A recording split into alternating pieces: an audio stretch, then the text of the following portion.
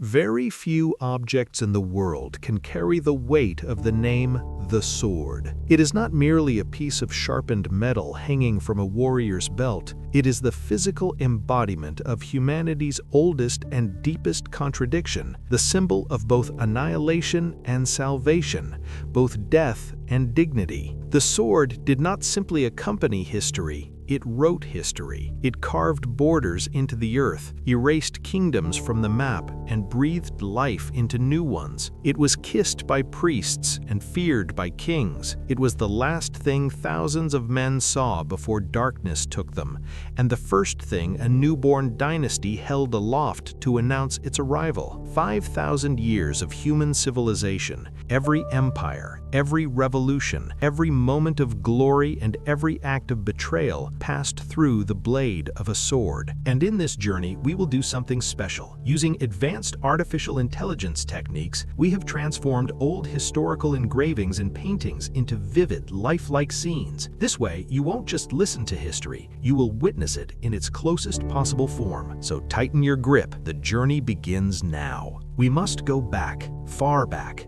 to a time before writing, before cities, before the very concept of civilization had taken root in the human mind. It is 3300 BC, and the land between the Tigris and Euphrates rivers is alive with something new. The Sumerians, the world's first true urban civilization, have discovered that copper, when heated to extreme temperatures, becomes something extraordinary. It flows, it hardens, it holds an edge. In the smoky workshops of Uruk, the world's first great city, craftsmen are producing the earliest elongated metal blades the world has ever seen. These are not yet swords in the way we understand them. They are enlarged daggers, crude and short, but they are the first whisper of something that will echo through 5 millennia. The men who hold these blades feel something shift inside them, a sense of power, of distance from the animal world, of elevation above those who still fight with stone and bone. Metal is divine,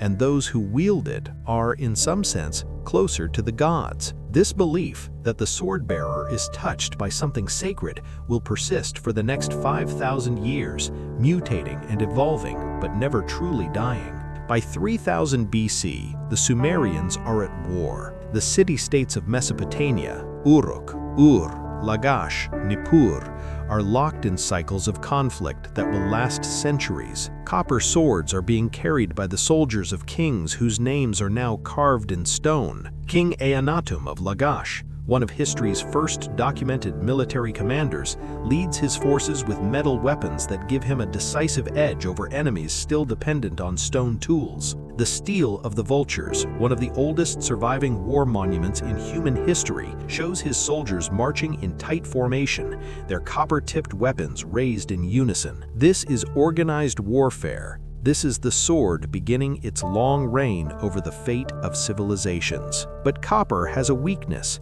It is soft. It bends under impact. It dulls after battle. The sword is powerful, but it is still searching for its true form. Around 2500 BC, a new alloy begins to emerge from the forges of the ancient Middle East. Tin and copper, melted together, produce bronze, harder, sharper, and more durable than anything humanity has wielded before. The Bronze Age has arrived, and with it, the sword takes its first truly recognizable form. Bronze swords appear across the ancient world with breathtaking speed. In Egypt, the kepesh, a curved sickle-shaped sword with a brutal forward curve, becomes the weapon of pharaohs and gods alike. Ramesses II, perhaps the most powerful pharaoh who ever lived, is depicted in temple reliefs across Egypt gripping his kepesh in battle. At Kadesh in 1274 BC, the largest chariot battle in recorded history, Ramesses leads his forces against the Hittites with bronze swords flashing in the Syrian sun. The Battle of Kadesh ends in a stalemate, but the treaty that follows, carved in silver and sent between two great powers, is the world's first recorded peace agreement. Even in the making of peace, the sword casts its shadow. In Egypt, the sword is not merely a weapon, it is theology made metal. Pharaohs are buried with their swords because a king's authority does not end at death. it continues into eternity. When Howard Carter opened Tutankhamun's tomb in 1922, he found among the treasures 2 daggers, one of gold and one forged from meteoritic iron from the sky itself. To the ancient Egyptians, this sky iron was divine, a gift from the cosmos, a blade that connected mortal kings to the celestial realm. The young pharaoh had been buried with the most sacred metal in existence, a sword from the heavens to protect him on his journey through the underworld. Meanwhile, in the Aegean world, bronze swords are evolving rapidly. The Mycenaean Greeks, the civilization that would inspire Homer's epic poems, develop long, elegant bronze swords with reinforced midribs and ornate hilts decorated with gold and ivory. These swords are works of art as much as weapons, buried in the shaft graves of Mycenae alongside gold death masks and precious jewelry. When Heinrich Schliemann excavated Mycenae in 1876, he uncovered these bronze swords and wept, believing he had found the weapons of Agamemnon himself. He was wrong about the specific king, but right about the era. These were the swords of the world that gave birth to Greek mythology: the sword of Achilles, the sword of Odysseus, the sword that Ajax drove into the earth and fell upon in his madness. These are not just literary inventions, they are memories of a real Bronze Age world where the sword defined heroism, identity, and fate. And then, around 1200 BC, that world collapsed. The Bronze Age collapse is one of the greatest mysteries in human history. Within the span of a few decades, almost every major civilization in the Eastern Mediterranean simply ceased to exist. The Mycenaean Greeks vanished. The Hittite Empire, which had fought Ramesses to a stalemate at Kadesh, disintegrated almost overnight. The great palace at Ugarit on the Syrian coast was burned and never rebuilt. Its final clay tablets contained desperate messages from kings begging for military aid that never arrived. Egypt survived, but barely. Weakened, contracted, and haunted by raiders it called the Sea Peoples. Who were the Sea Peoples? Historians still debate this fiercely. They appear in Egyptian records as a confederation of maritime raiders, some possibly from the Aegean, some from Anatolia, some perhaps as far away as Italy. They carry iron weapons at a time when most of the world is still using bronze, and iron changes everything. Iron ore is vastly more common than tin or copper. It cannot be cast like bronze. It must be hammered, worked, coaxed into shape through labor and fire. But when an ironsmith masters this process, the resulting blade is harder, holds an edge longer, and can be produced by almost anyone with access to ore and fire. The sword is about to be democratized. By 1000 BC, iron swords are spreading across the known world at a pace that would have been unimaginable a century before. In the hills of Anatolia, Assyria, Persia, and Greece, iron forges are burning day and night. The Assyrian Empire, the most militarily sophisticated state the ancient world had yet produced,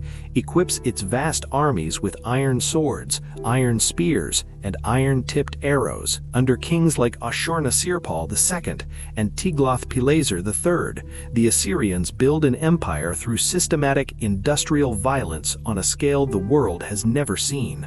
Their bas reliefs, carved in the palaces of Nineveh and Nimrod, show endless processions of soldiers with iron swords, conquered peoples being impaled, cities being burned. The sword is no longer a luxury of elites, it is the tool of empire building at industrial scale. But iron is also finding its way into the hands of people who have never had metal weapons before. In sub-Saharan Africa, iron smelting technologies develop independently, not imported from the north, but discovered locally. African swords and bladed weapons take on forms entirely their own: the shotel of Ethiopia, the Ida of the Yoruba, the Akrafena of the Akan, each blade a unique expression of a distinct civilization. The sword is not a single story, it is thousands of stories, blooming simultaneously across the globe. 500 BC, the world is changing at a speed that would have seemed impossible to the Sumerians of Uruk. In the Persian Empire, the largest political entity the world has ever seen. Iron swords are standard equipment for soldiers drawn from dozens of nations and cultures. Cyrus the Great, who founded the Achaemenid dynasty, built his empire not just through conquest, but through a revolutionary policy of tolerance. When he captured Babylon in 539 BC, he issued the Cyrus Cylinder, often called the world's first declaration of human rights, and allowed the Jews who had been enslaved in Babylon to return to their homeland. He did this with a sword at his hip, but he chose not to use it. The Persian sword, the akinakes, short and double-edged, was the symbol of Persian royal authority, depicted on reliefs at Persepolis, alongside images of tribute-bearing nations from across the known world. But Persia's dominance was about to meet its greatest challenge. In the small city-states of Greece, a new way of fighting was being perfected. The Greek hoplite, a citizen soldier fighting in tight formation called the phalanx, carried a short iron sword called the xiphos as a secondary weapon, his primary tool being a long thrusting spear. But it was the discipline of the phalanx, not the sword alone, that made Greek armies so formidable. At Marathon in 490 BC, a Greek force of perhaps 10,000 men defeated a Persian army many times their size. At Thermopylae in 480 BC, 300 Spartans under King Leonidas held a narrow mountain pass against the entire Persian army for 3 days. When Leonidas was told that Persian arrows would be so numerous they would blot out the sun, a Spartan warrior named Dionysus reportedly replied, "Good, then we shall fight in the shade." These men did not die with prayers on their lips, they died with swords in their hands. In Sparta, the relationship between a warrior and his sword was unlike anything else in the ancient world. Spartan boys were taken from their families at the age of 7 and entered into the agoge, a brutal, state-run military education system designed to forge soldiers who felt neither pain nor fear. By the time a Spartan youth received his first real sword, he had already endured years of deprivation, beatings, and psychological hardening. The sword was not given to him as a tool, it was given as an identity. A Spartan without his sword was not a Spartan. He was nothing. Spartan mothers famously told their sons before battle, "Return with your shield or on it," meaning come back victorious or come back dead. There was no third option. There was no surrender. This philosophy of absolute commitment to the blade would echo through military cultures for the next 2.5 millennia, from the samurai of feudal Japan to the elite soldiers of the modern world. In Athens, by contrast, thinkers like Plato and Aristotle were asking uncomfortable questions about the sword. Is violence inherently just? Can a war be moral? Does the sword liberate, or does it merely transfer oppression from one hand to another? These questions had no clean answers in 400 BC. They have no clean answers now. And then came Alexander. In 336 BC, a 20-year-old king inherited the throne of Macedon and immediately set about reshaping the world. Alexander III of Macedon, Alexander the Great,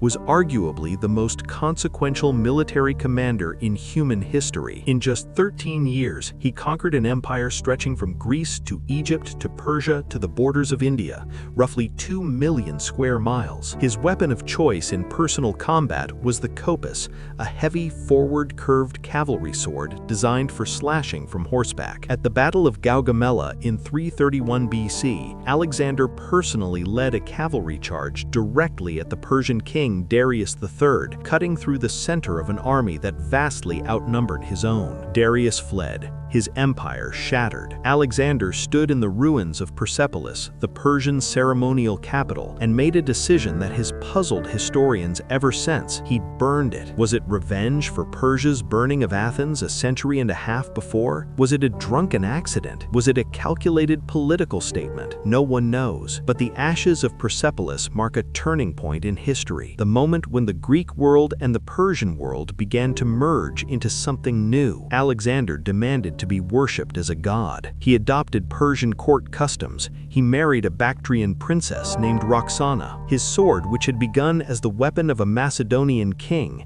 had become the instrument of cultural synthesis on a continental scale. When Alexander died in Babylon in 323 BC at the age of 32, possibly of typhoid fever, possibly of poisoning, possibly simply of excess, his generals immediately began fighting over his empire. The sword that had united the world began dividing it again. Out of the chaos of Alexander's successors, a new power was rising in the west, Rome.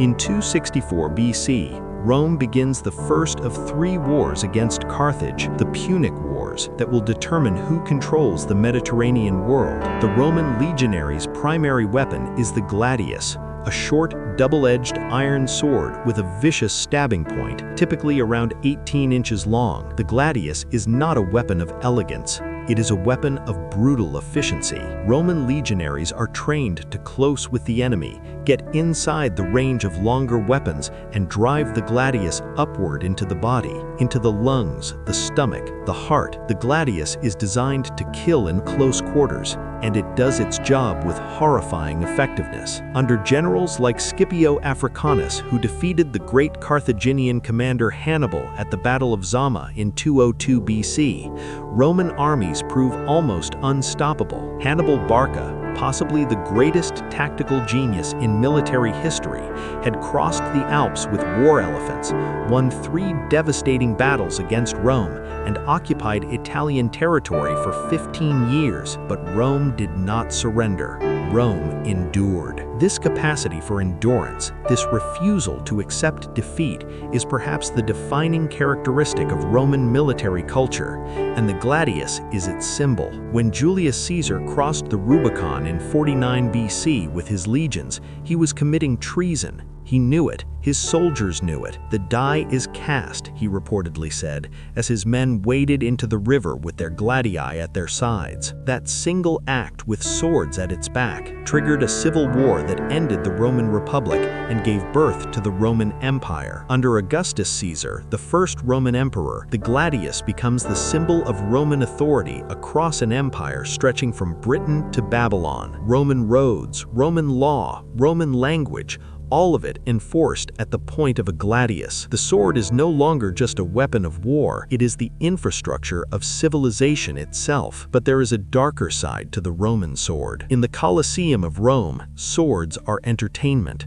Gladiators, slaves, criminals, and occasionally volunteers fight to the death for the amusement of crowds numbering 50,000 people. The gladiatorial games are not simply entertainment, they are political theater. Roman emperors used the games to maintain popular support, to demonstrate power, and to remind the population of the cost of failure. The gladiator who fights well and loses is sometimes spared by the crowd's mercy, a thumbs up or down that determines whether the victorious fighter delivers the killing blow. Spartacus, a Thracian gladiator who escaped from a training school in Capua in 73 BC, led a slave revolt of up to 120,000 people that terrified the Roman Republic for 2 years. Armed with gladiatorial swords stolen from their masters, Spartacus and his followers defeated Roman armies again and again before finally being crushed by Marcus Licinius Crassus. 6,000 of Spartacus's followers were crucified along the Appian Way from Capua to Rome,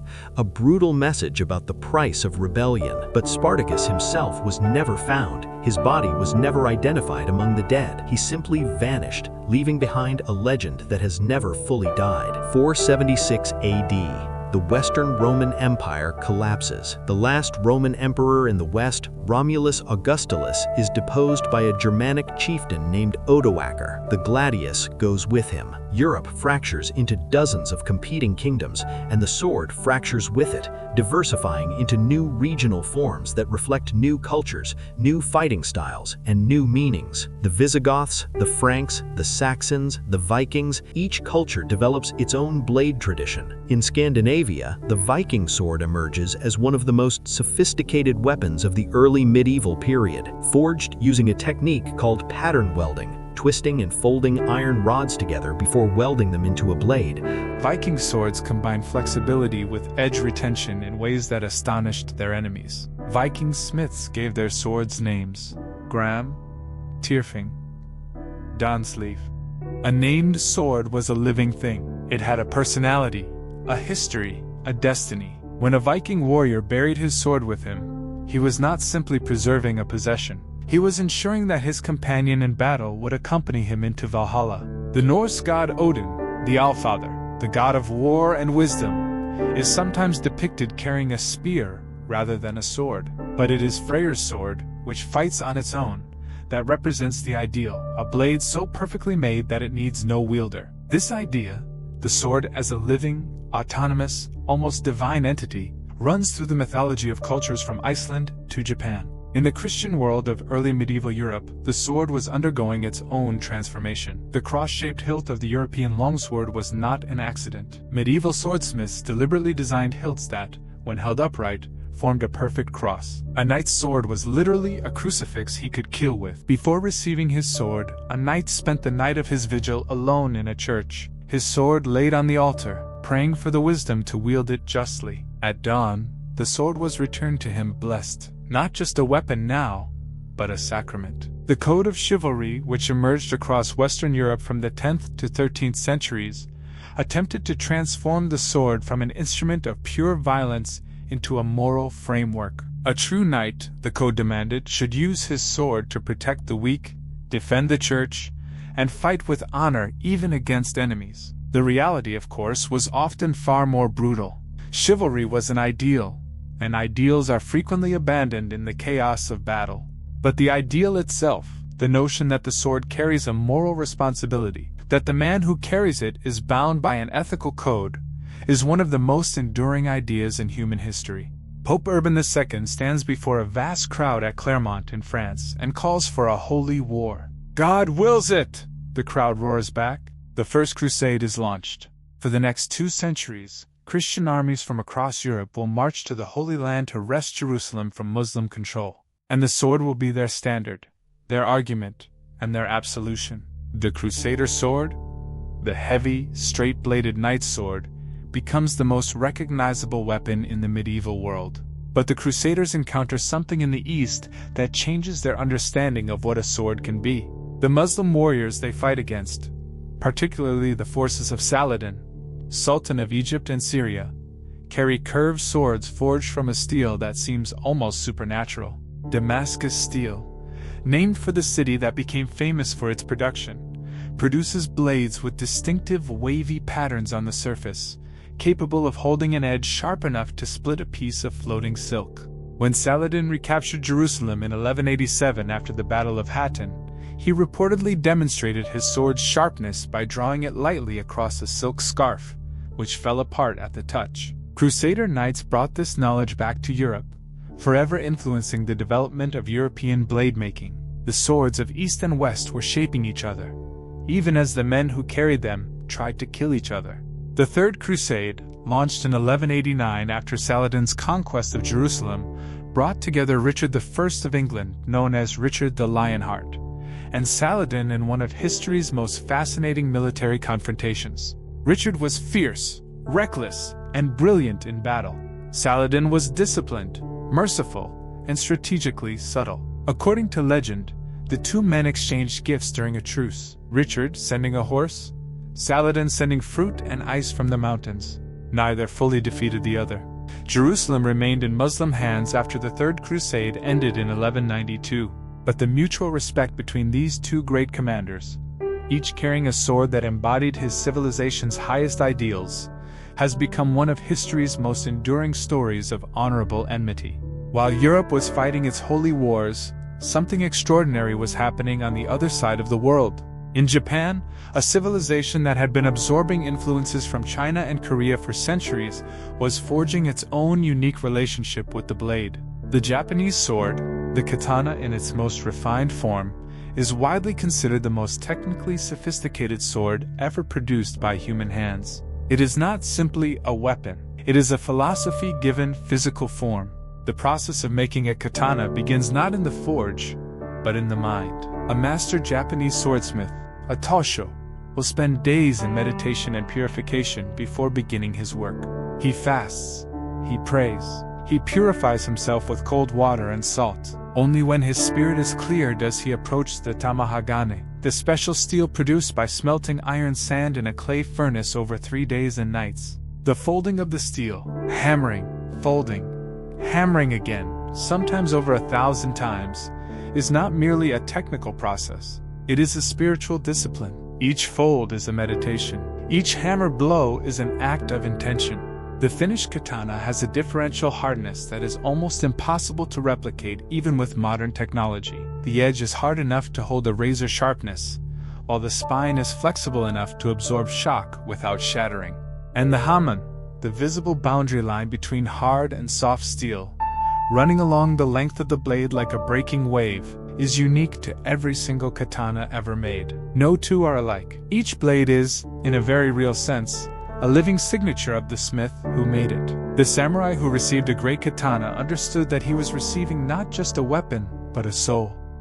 Bushido, the way of the warrior, the code that governed samurai life, declared that the sword was the soul of the samurai. To lose one's sword was to lose one's honor. To surrender one's sword was to surrender one's identity. The samurai's relationship with his katana was more intimate than his relationship with most humans. He slept with it beside him. He carried it everywhere. He cared for it, oiling the blade, polishing it, storing it in silk, with the tenderness of a parent caring for a child. A samurai who allowed his katana to rust was failing not just as a warrior, but as a human being. The great samurai Miyamoto Musashi, who fought over 60 duels in his lifetime and never lost a single one, wrote in his treatise, The Book of Five Rings, that the sword is merely an extension of the mind. The true science of martial arts, he wrote, means practicing them in such a way that they will be useful at any time. He died peacefully at the age of 62, in 1645, with his katana beside him.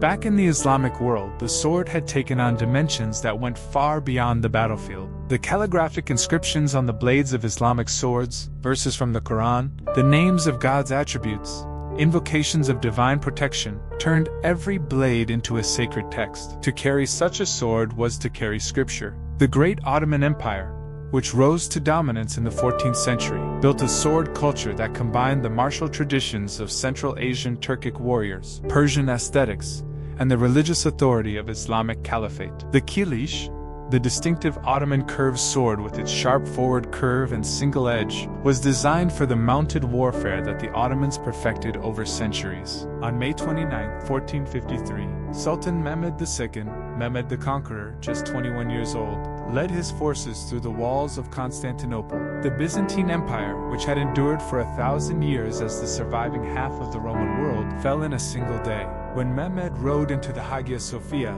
the greatest church in Christendom, built by Emperor Justinian in 537 AD, he ordered the call to prayer to be made from its towers. He carried a sword at his hip, but according to contemporary accounts, he also wept. He wept for the greatness of what had been, and perhaps for the weight of what he had just done. Mehmed's sword is preserved today in the Topkapi Palace Museum in Istanbul, a curved kilij inlaid with gold and precious stones, a masterpiece of Ottoman craftsmanship. It is one of the most visited objects in Turkey. Suleiman the Magnificent, Mehmed's great-grandson, who ruled the Ottoman Empire at its absolute peak from 1520 to 1566, used the sword as a diplomatic instrument as much as a military one. He gifted ornate swords to foreign monarchs, to the King of France, to Holy Roman Emperors, to Persian Shahs, as declarations of supremacy, gestures of overwhelming generosity that were also, unmistakably, demonstrations of power. A sword from Suleiman's treasury was worth a small province. To receive one was to receive a message.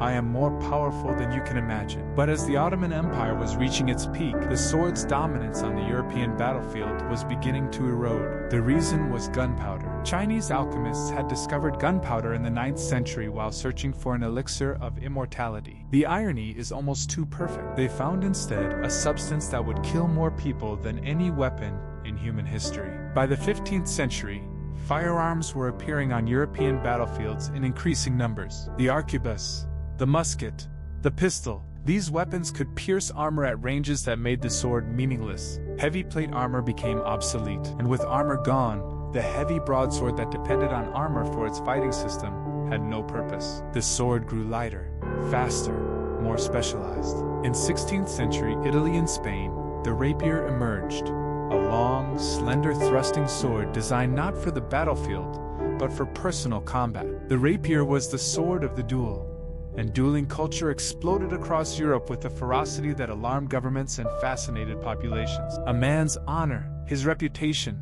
his social standing, his very identity could be challenged with a single insult, a glance held too long, a gesture misinterpreted, and the only acceptable response among gentlemen was to draw steel. Dueling academies opened across Europe. Fencing masters published elaborate treatises on technique. The art of the sword, la scherma in Italian, la destrezza in Spanish, became a form of high culture. In Paris, it was estimated that between 1589 and 1610, the reign of King Henry IV, more than 4,000 French nobles died in duels. The sword was killing France's nobility faster than any war. King Louis XIV eventually banned dueling, on pain of death. The duels continued anyway. Cyrano de Bergerac, the real one, not the fictional version, was a 17th century French writer who was also a famously skilled swordsman. He reportedly fought over 1,000 duels in his lifetime, losing only one. He wrote plays and philosophical treatises. He dreamed of flying to the moon, and he carried a sword,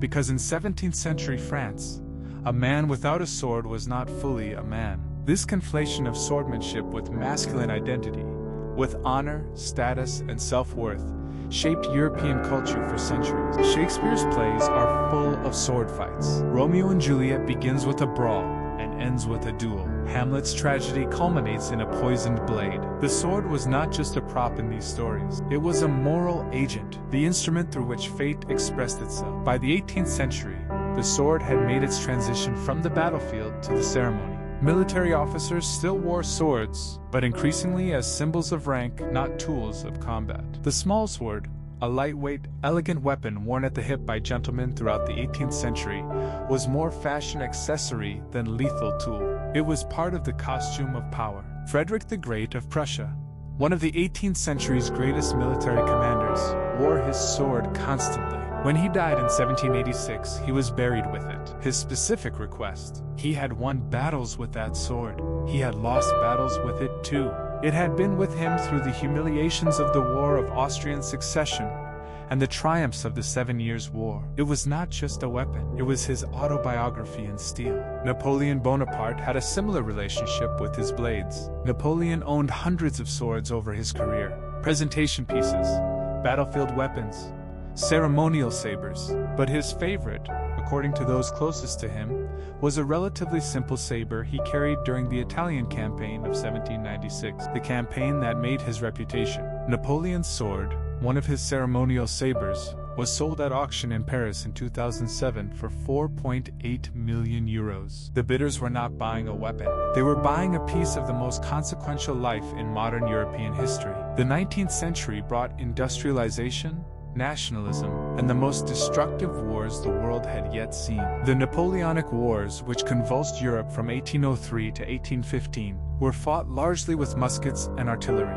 but cavalry still carried sabers, and they still charged. At Waterloo in 1815, the Scots Greys, a British heavy cavalry regiment, charged the French infantry with sabers raised, shouting "Scotland forever!" They broke through the French lines. They also rode too far, too fast, and were cut to pieces by French lancers on the return. The saber charge was glorious and catastrophic simultaneously, a perfect metaphor for the sword's place in the modern world. By the American Civil War of 1861 to 1865, cavalry sabers were increasingly ceremonial even in battle. Union and Confederate cavalrymen carried sabers, but they fought mostly dismounted with carbines. The last great cavalry saber charge in American history occurred at Gettysburg in 1863, when Brigadier General Elon Farnsworth led a desperate charge against Confederate infantry. Farnsworth was killed. His men were slaughtered. It was a doomed act of courage, and it marked the beginning of the sword's end as a genuine weapon of war. World War I delivered the final verdict. When European armies mobilized in August 1914, cavalry units still carried sabers.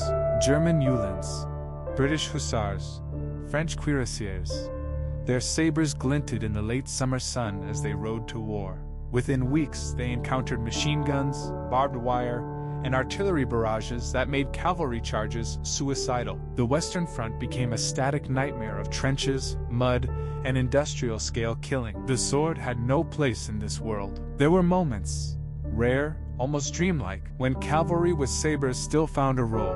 At Haifa in 1918, Australian light horse troopers charged Turkish positions with sabers and bayonets in what is sometimes called the last great cavalry charge in history. They won. They took the city. But it was a historical accident, a final flash of the old world in a war that was building the new. By the time World War II erupted in 1939, the sword had effectively disappeared from the battlefield. Armored tanks, aircraft, machine guns, and eventually nuclear weapons had made the entire premise of single combat, one warrior facing another with a blade, obsolete. And yet, on September 2, 1945, aboard the USS Missouri in Tokyo Bay, Japanese officials signed the formal surrender document that ended World War II. The Japanese officers present were required to hand over their swords as part of the surrender ceremony.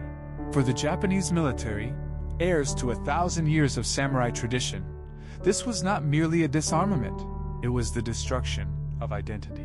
Some Japanese officers, rather than surrender their swords, chose seppuku, ritual suicide by the blade.